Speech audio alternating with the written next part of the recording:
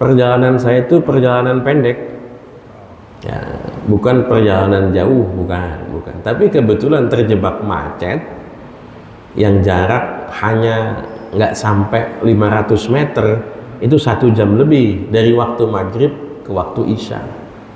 Kalau tadi Bapak sebut misalnya menggunakan kereta ataupun pesawat, kalau sudah pesawat itu maka saya punya feeling itu perjalanan jarak jauh. Kalau perjalanan jarak jauh itu kita punya beberapa pilihan. Pilihan pertama, kalau tidak menghabiskan waktu jamak, maka kita punya pilihan menjamak sholat. Apakah menjamak itu dilakukan di bandara, berangkat, ya, ataukah di bandara destinasi, begitu? Ya, silakan, nggak ada masalah.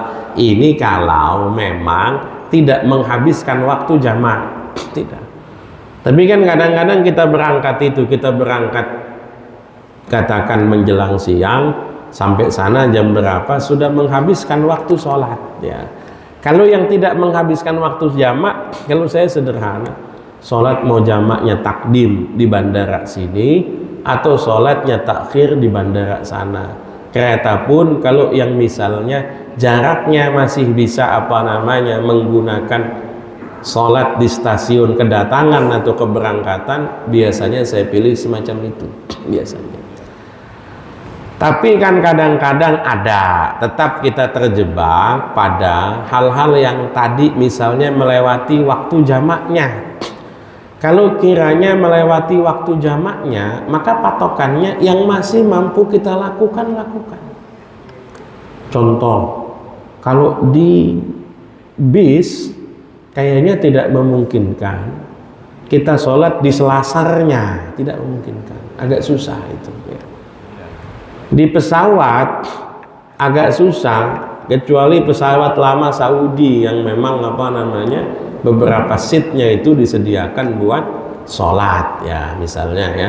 Tapi kalau pesawat maskapai lain kayaknya kok belum nemu, dan di pesawat Saudi juga yang baru-baru kayaknya juga nggak ada itu kayaknya, ya.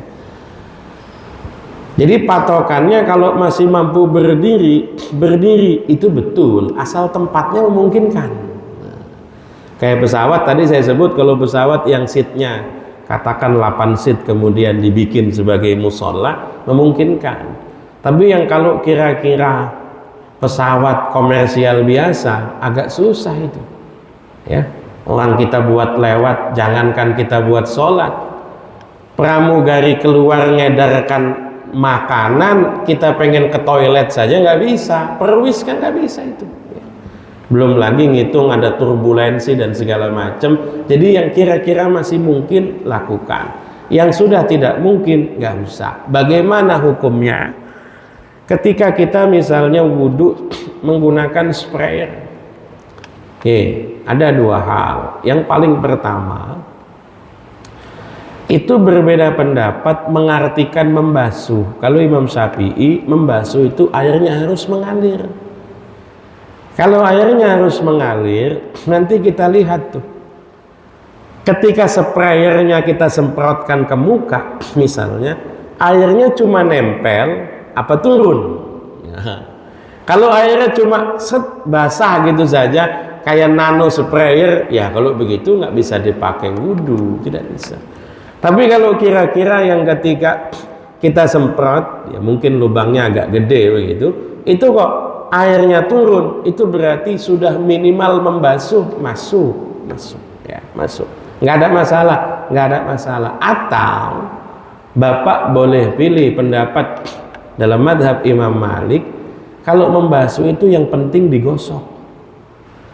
Artinya meskipun pakai sprayer tapi kemudian muka kita gosok, itu sudah dianggap sebagai membasuh. Jadi artinya apa? Masih ada pendapat yang mengesahkan wudhu dengan menggunakan sprayer, ya. Mudah-mudahan bisa dipahami, ya.